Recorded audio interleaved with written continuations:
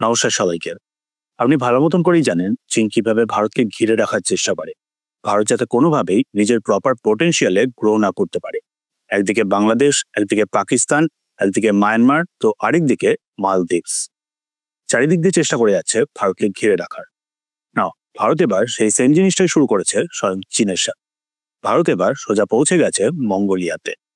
ম্যাপে যদি দেখেন, এই হলো এখানে আমাদের প্রিয় ভারত, এখানে হলো চায়না, তার জাস্ট ওপরেই হলো মঙ্গোলিয়া, রাশিয়া আর চীনের ঠিক মাঝখানে ল্যান্ডলক একটা দেশ। প্লাস আপনার মনে আছে হয়তো চেঙ্গিস খানের ব্যাপারটা।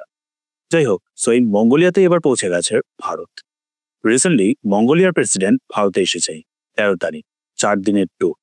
প্রথমে পিএম মোদি, দেন তারপর defence minister Rajnath Singh, president of India Droupadi Murmu আর লোকসভা স্পিকার ওম বিড়লার সাথেও মিটিং করেছেন। দেন তারপর ফাইনালাইজ হয়েছে 10টা পয়েন্টের একটা এমওইউ। মানে সিম্পল ভাষায় বলতে গেলে ভারত আর মঙ্গোলিয়ার মধ্যে 10টা পয়েন্টের একটা ডিল। যাদের মধ্যে থেকে সব থেকে ইম্পর্টেন্ট পয়েন্টগুলো জেনে নিন, তাহলে বুঝতে পারবেন ভারত কিভাবে ইনভলভ হতে চলেছে মঙ্গোলিয়াতে চীনকে কাউন্টার করার জন্য। সবার প্রথমে তো আপনি ভালো মতন করেই জানেন বুদ্ধিজমের উৎপত্তি ভারতের মধ্য থেকেই। তারপর ধীরে ধীরে তিব্বত, চীন, নেপাল, ভুটান, মায়ানমার, শ্রীলঙ্কা ইত্যাদি বিভিন্ন জায়গায় ছড়িয়ে যায়। আর তাদের মধ্যে থেকেই একটা হলো মঙ্গোলিয়া।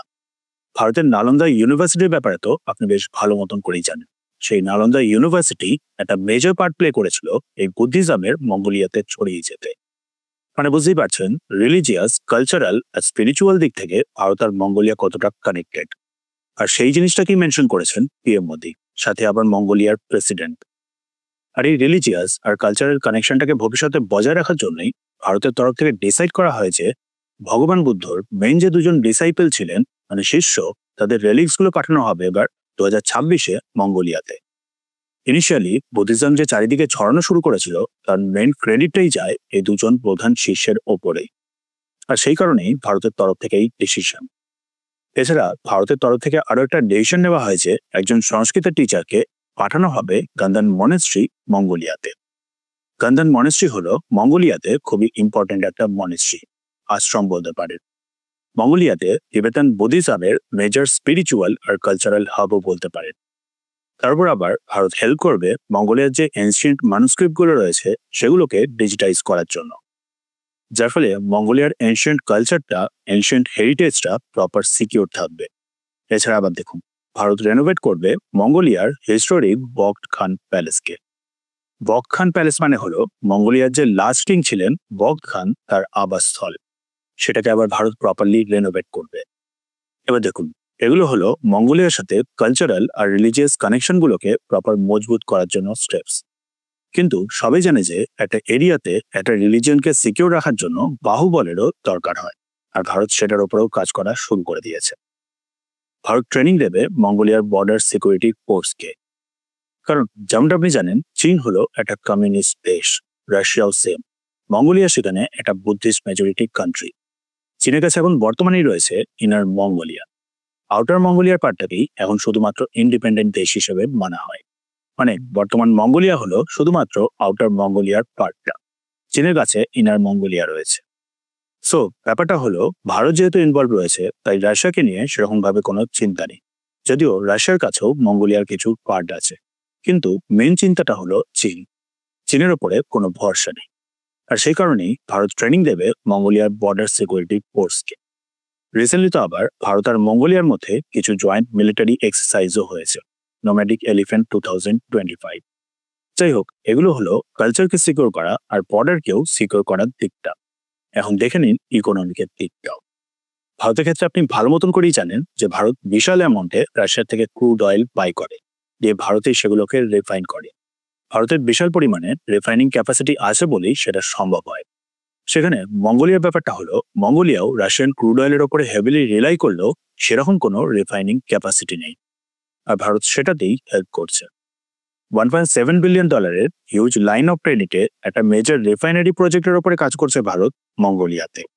মানে রাশিয়া থেকে ক্রুড অয়েল যাবে সোজা মঙ্গোলিয়াতে, দেন তারপর সেইখানেই প্রপার রিফাইন হয়ে যাবে। এবার দেখ, এগুলোর বদলে ভারত কি কি পাচ্ছে সেগুলো জেনে। মঙ্গোলিয়ার সাথে ভারতের এমওইউ সাইন হয়েছে ক্রিটিক্যাল মিনারেল মঙ্গোলিয়া ভারতকে সাপ্লাই করবে ক্রিটিক্যাল মিনারেল, সাথে আবার কপার। তাছাড়া কোকিং কোল সাপ্লাই করবে মঙ্গোলিয়া ভারতকে। কোকিং কোল মানে হলো নর্মাল যে সাধারণ কয়লাগুলো হয় ঠিক সেরকম, এটা একটু জাস্ট আলাদা রকম, ইম্পিউরিটিস কম, স্টিল মেকিং ইন্ডাস্ট্রিতে কাজে আসে। সেই কোকিং কোলকে এবার ভারতকে সাপ্লাই করবে মঙ্গোলিয়া। তাছাড়া রেয়ার আর্থ মিনারেল নিয়েও কথা চলছে। মঙ্গোলিয়া হলো রেয়ার আর্থের রিজার্ভের দিক থেকে second largest. ৩১ million tonne rare আর্থের রিজার্ভ রয়েছে মঙ্গোলিয়াতে। আর সেই রিজার্ভ নিয়ে এবার ভারতের সাথে মঙ্গোলিয়ার কথা চলছে। চেষ্টা চলছে ভারত আর মঙ্গোলিয়ার মধ্যে বাইল্যাটারাল ট্রেডটাকে ইনক্রিজ করার। কারণ এই মুহূর্তে দাঁড়িয়ে মঙ্গোলিয়া ট্রেডের দিক থেকে হেভিলি রিলাই করে চীনের ওপরে। আর চীনের ওপরে হেভিলি রিলাই করলে কি হয় সেটা সবাই জানে। সে কারণেই মঙ্গোলিয়া চায় একটু ডাইভার্সিফিকেশন, চীনের জায়গায় আরো একটা অন্য বড় পার্ট। আর ভারত সেই জায়গাটাতেই ফিল করতে চলেছে। মঙ্গোলিয়ার ভারতের মধ্যে একটা ডাইরেক্ট ট্রেড রুট নিয়েও কথা চলছে রাশিয়ার মধ্য থেকে। কারণ যেমনটা আমি আগেই বলেছি, মঙ্গোলিয়া হলো একটা ল্যান্ডলক দেশ। ট্রেডের জন্য একটা অন্য দেশকে অবশ্যই দরকার। সেখানে সবাই জানে ভারতের সাথে ট্রেড করার জন্য রাশিয়াই হলো সব থেকে বেস্ট অপশন, আর সেটাই চেষ্টা করা হচ্ছে। মঙ্গোলিয়া থেকে যে কোনো ভাবে একটা রুট তৈরি করা হবে রাশিয়ার ভ্লাদিভস্টক পর্যন্ত, দিয়ে তারপর চেন্নাই ভ্লাদিভস্টক ম্যারিটাইম করিডোর, যেটার মাধ্যমে অলরেডি ভারত আর রাশিয়া ট্রেড করে। সো বুঝতে পারলেন আশা করি ভারত আর মঙ্গোলিয়ার মধ্যে রিলেশনটা অ্যাকচুয়ালি কিভাবে ডেভেলপ হচ্ছে। চীনের সাথে যেখানে ডেট ট্র্যাপ নিয়ে একটা চিন্তা থাকে, সেখানে ভারতের সাথে অলরেডি একটা রিলিজিয়াস কানেকশন। ডেট ট্র্যাপের কোনো চিন্তা নেই, প্রপার ট্রেড করতে পারবে উইদাউট এনি ফিয়ার। ভারত আবার অন্যদিকে নিজের ইনফ্লুয়েন্সের মাধ্যমে চীনের ডমিনেন্সটাকে প্রপার কাউন্টার করতে পারবে। সো দুদিক থেকেই বলতে গেলে উইন উইন সিচুয়েশন। মঙ্গোলিয়ার প্রেসিডেন্ট যে আবার ভারতে এসেছেন, সেই সময় ৭০ বছরের ডিপ্লোম্যাটিক রিলেশনকে সেলিব্রেট করার জন্য একটা জয়েন্ট স্ট্যাম্পও আবার রিলিজ করা হয়েছে। ছবিতেই দেখতে পাচ্ছেন দুটো কালচারের ইনফ্লুয়েন্স। সিম্পল ভাষা বললে এতদিন পর্যন্ত ভারতে কেউ সেরকম ভাবে মঙ্গোলিয়ার ওপরে ধ্যান দেয়, কিন্তু যদি সেরকম ভাবে দেওয়া হয় তাহলে মঙ্গোলিয়া হতে পারে জিওপলিটিক্যালি ভারতের জন্য একটা গেম চেঞ্জিং মুভ।